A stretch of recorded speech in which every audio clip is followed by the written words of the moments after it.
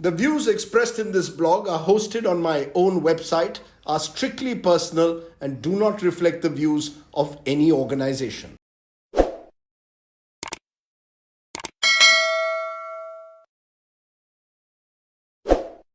Hello and welcome friends to Straight Bat, my weekly video blog where, as the title suggests, I comment with a straight bat. Now this week the news headlines have been dominated by Prime Minister Narendra Modi's visit to the United States. So I thought that this might be a good time to share some unknown stories perhaps about the encounters that Indian Prime Ministers have had in the United States, from Jawaharlal Nehru to Narendra Modi. Since, as I often remind people, Indian Prime Ministers did visit the United States even before 2014.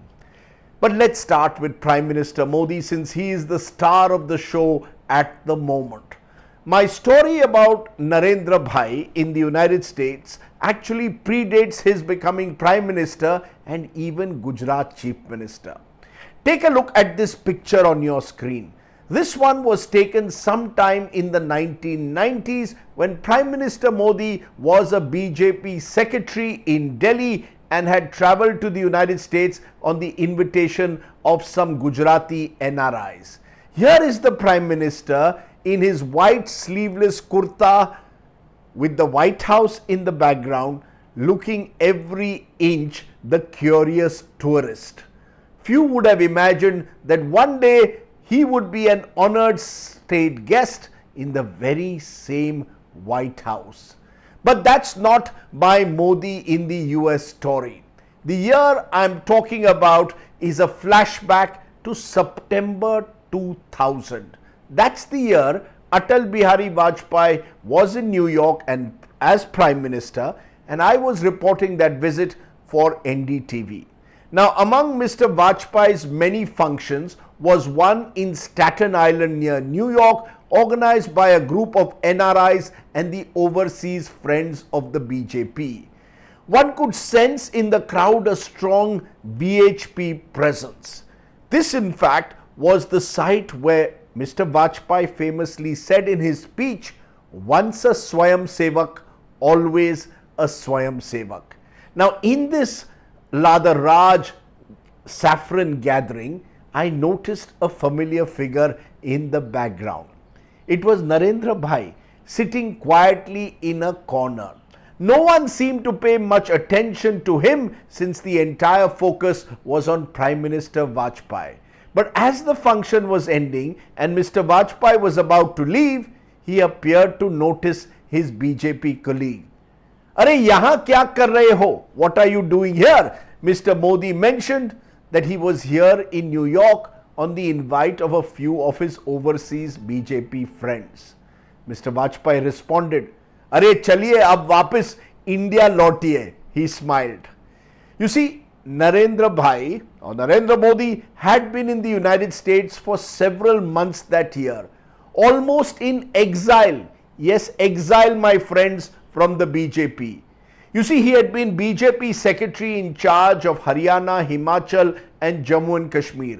But things hadn't gone all so well, especially in Haryana and Himachal, where the BJP was racked by intense factionalism. And in his home state of Gujarat, the BJP under the then Chief Minister Keshubhai Patel had tried to isolate Mr. Modi, who the BJP old guard in Gujarat felt was overly ambitious. So in this dark hour of his politics, Narendra Modi had left Delhi for the United States and had spent several weeks with friends in New York and New Jersey. Again, mainly Gujarati NRIs with whom he had built a good equation and who would ensure that every day he was given his favorite Gujarati snacks, especially khakra. Well, after the Vajpayee meeting at Staten Island, Mr. Modi did return to India, and within a year, in October 2021, was sent to Gujarat as Chief Minister. The rest, as they say, my friends, is history. So that's one unknown Modi connect with Uncle Sam, a country that he clearly has a very special affection for. Let's now turn to Mr. Modi's predecessor, Dr. Manmohan Singh. In 2009, soon after the global financial crisis, Dr. Singh was attending a G20 meeting in London. This is where he and Barack Obama had one of their first encounters and took a real liking for each other. From London, Mr. Obama flew to Germany, where he was meeting with a group of school children.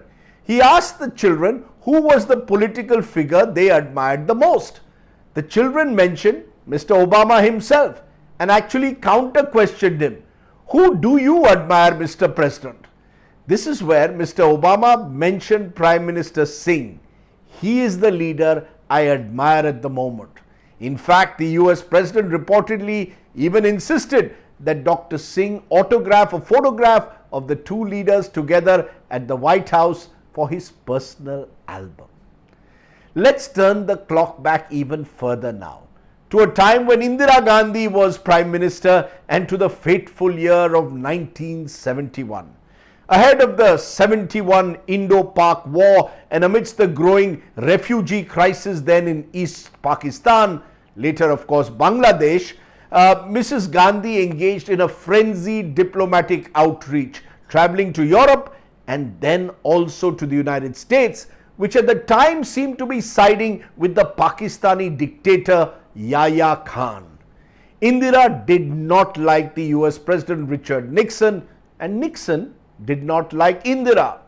There is a lovely story in Sagrika Ghosh's fine biography of Indira Gandhi. Apparently at the state dinner in Washington, Indira sat at the head of a U-shaped table next to the president. Right through the dinner, Mrs. Gandhi kept her eyes completely closed and refused to speak to anyone. Every time Nixon asked her a question, Indira would answer in monosyllables with her eyes closed. It was the closest you could have got to a diplomatic snub for America's failure to address India's genuine concerns. Let's turn from Indira Gandhi to her father Jawaharlal, the first Indian Prime Minister to visit the United States. Now, Nehru struck a very warm relationship in particular with Dwight Eisenhower, the general turned American president. In 1956, Nehru was accompanied by his daughter Indira Gandhi to America, and the duo got a very warm reception. Interestingly, instead of the usual White House dinner, Eisenhower decided to give Mr. Nehru a more intimate Sunday lunch. The American president was told that Nehru was a foodie, so the menu was very carefully curated. It included oysters with half shells and a roast leg of lamb. The next day, Eisenhower took Nehru to the president's Gettysburg farmhouse for private talks and an overnight stay. By the way, on a previous visit to the United States, the dinner thrown by the US President Harry Truman for Nehru was also rather special. It included a fillet of sole and roast turkey. Clearly, Mr. Nehru tucked and enjoyed his non-vegetarian. Now, speaking of foodies, let me turn to another Indian Prime Minister who loved his food, including, dare I say, his non-vegetarian, Atal Bihari Vajpayee. Now, Vajpayee's favorite city was New York, and he would often go there in the summers, especially during the UN General Assembly session, where he remember famously once delivered a speech in Hindi that is still well remembered. Vajpayee as Prime Minister traveled to New York always in the official Air India aircraft and took several of us journalists along with him. Now, please remember, my dear friends, this was not a junket as it is sometimes described, but only actually an opportunity for journalists to travel with the Prime Minister, since otherwise the flight would have gone empty. Interestingly, during this long flight, Mr. Vajpayee would invite the journalists in small groups to interact with him. So when my turn came, we spoke politics, but also spoke about food. New York has excellent eating places, Rajdeep ji. You must try them, Vajpayee ji told me at the time. I mentioned that I was looking forward to having a good steak. and then realized I was speaking to Mr. Vajpayee. Well, no problem. Mr. Vajpayee smiled. Ah, so you are a beef eater. Well, then the best person to guide you is Brajesh ji. Now, Brajesh ji was Vajpayee's principal secretary, who had also served for many years in the United Nations in New York and knew the city inside out. Brajesh ji recommended to me a place for a good steak and then suggested, if you want to have Chinese, then you must ask Atal ji. He loves his Chinese. Now, in today's India, talking about food habits, especially beef with politicians, might get you into trouble. But my friends, that was a very different India, and Atal ji was a very different Prime Minister. I guess no two Prime Ministers will ever be the same, but from Jawaharlal to Narendra Bhai, India and the United States have surely come a long way. And yes, may this relationship strengthen even further in the years ahead. That was the Straight Bat.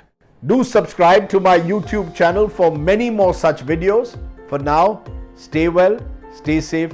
Jai Hind, Namaskar.